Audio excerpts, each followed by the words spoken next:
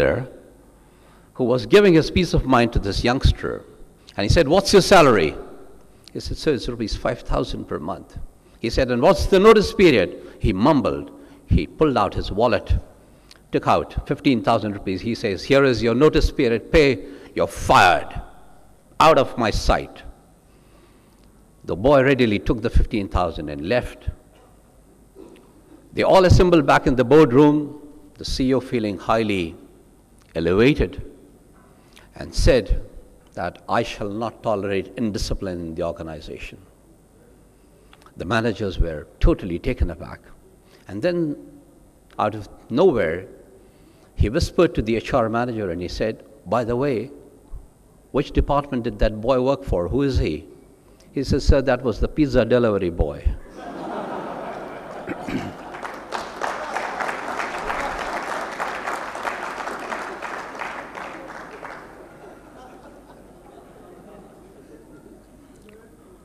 Ladies and gentlemen, what was considered possibly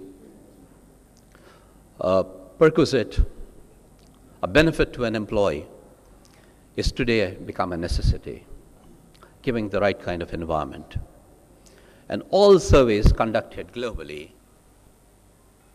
by major... Have I lost you? Am I audible? Okay, because I'm not audible to my own self. All surveys indicate that the best companies are those that try and train leaders at every level of the organization. It is not just the man leading. I will probably interrupt you once you raise. Okay. No, this thing gets off every now and then. Okay, you need to have cooperation of the technology if you want to be, making some statement. Nevertheless, coming back to the subject, most of the respondents to all surveys indicate that people wish to work for those companies where leadership is groomed, where leadership is appreciated upon, where leaders are encouraged to become leaders. That's the kind of environment. 86% of respondents always say that it is the human factor that attracts us to various companies.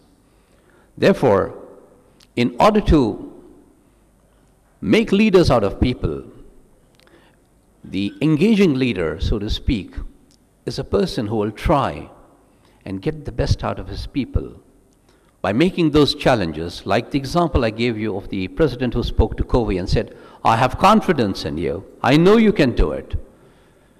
Now, this is something that, excites internally and creates an internal motivation.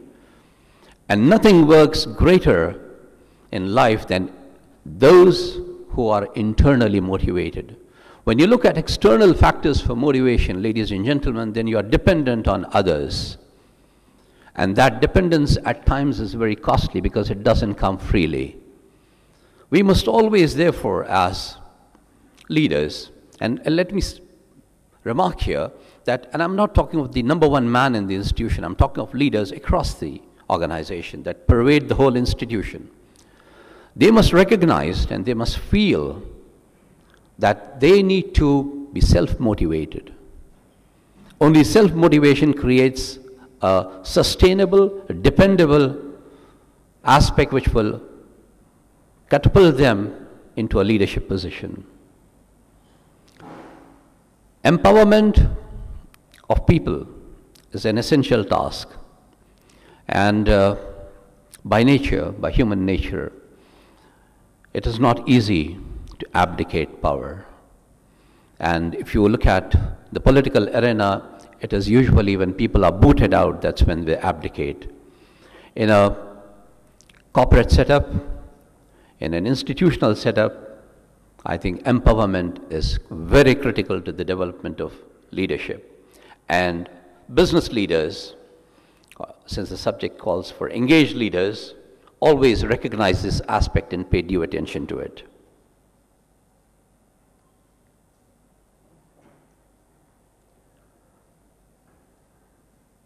Now, you might be a little surprised by this.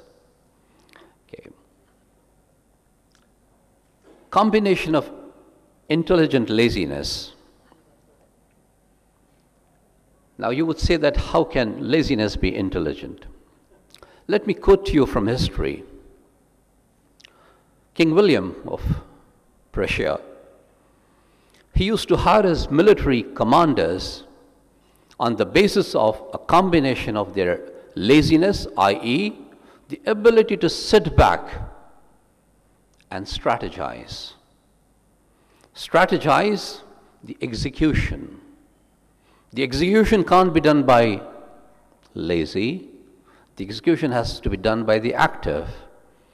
So the lazy leadership element is one where it allows an engaging leader to sit back and watch from a distance how people are performing. Having empowered them, now you have to give time, space for every individual to perform to his best of ability. And this is drawing out people. So if you keep yourself and keep a fair combination of sitting back, allowing time, not breathing down the neck of your colleagues, but giving them ample space to perform, results are more or less guaranteed. And we see that in our everyday effort as well.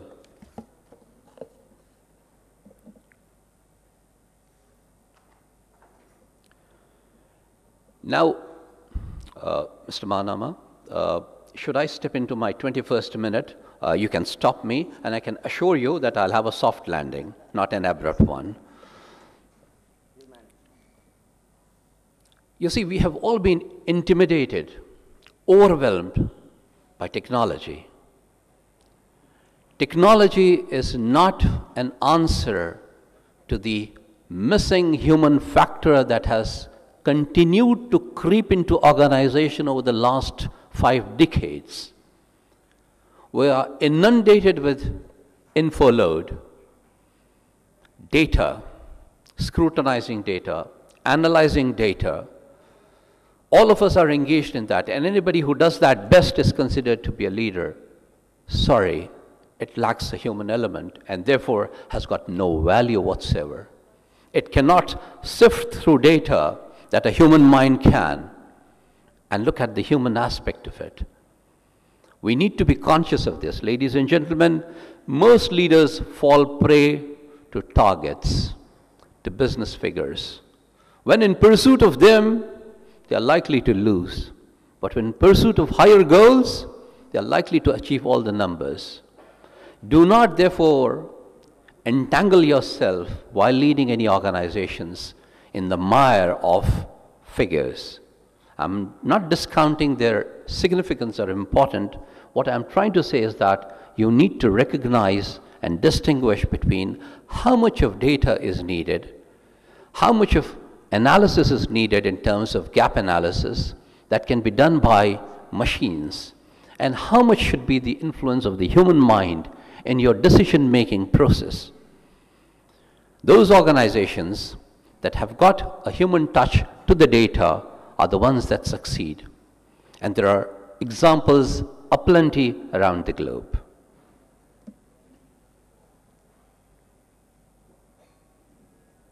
Sorry.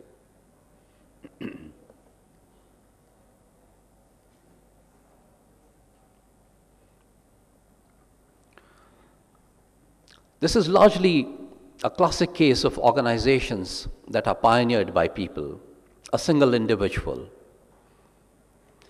He casts a shadow over the organization which is so far and wide and deep that it does not allow anybody else to grow into a leadership position.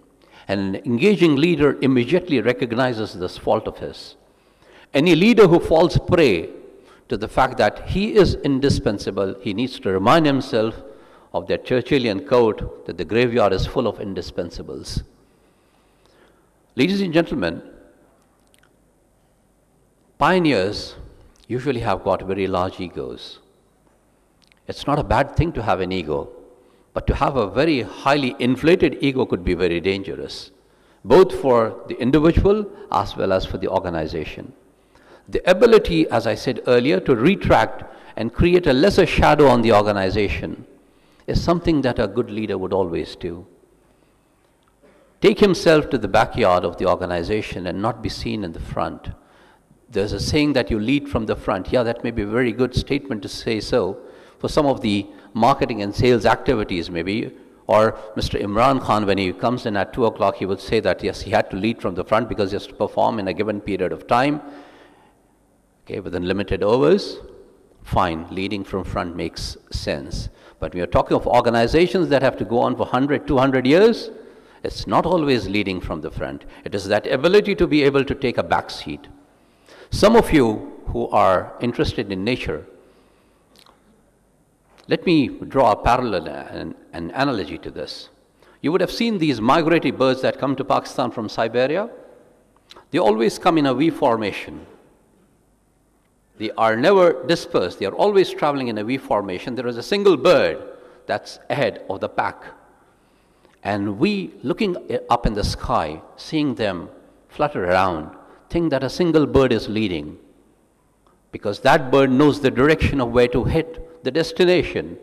No, ladies and gentlemen, watch it carefully. When they are moving in the V direction, in the V format, there is a bird that comes in front and starts leading, then the bird that was leading in the front takes a back seat. It's alternating leadership all the time.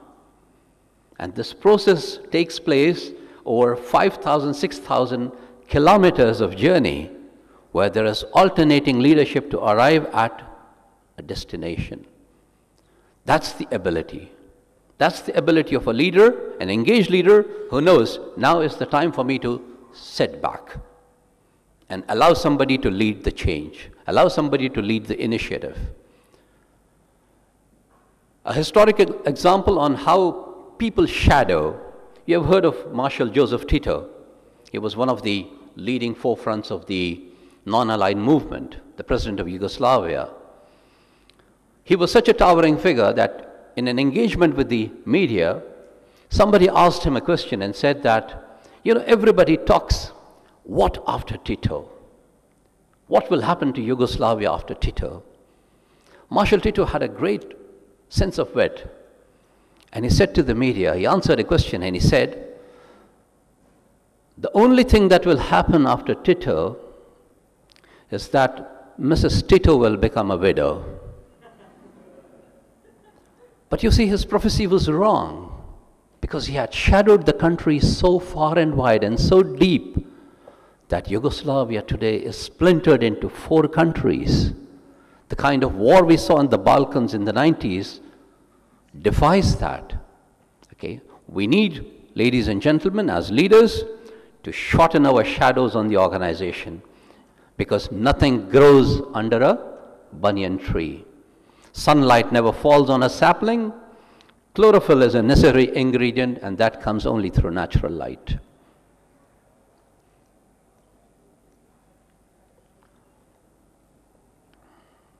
Yeah, these are some fancy titles only to get your attention and keep you attracted to what I'm saying and not allowing you to look at me. They say that engaging leaders always choose not the beaten path, but they choose a definitive, different path. They must be different from the pack. And that's what allows them to become a leader. If you're part of the pack, you can't be a leader. Then not many of us, especially I put myself into that position as a human being. I hate the mirror because it tells me the truth. And many a times, every morning, I wish to break it, because if you don't look like Michael Douglas, what are you in living and surviving here? Leaders must do that. Look at the mirror every now and then, because it answers to queries. It provides answers to the weaknesses in the institution. And you do that by assimilating around yourself, and I think an earlier speaker alluded to that. Avoid the yes sir or the yes men, because they are not a parasite,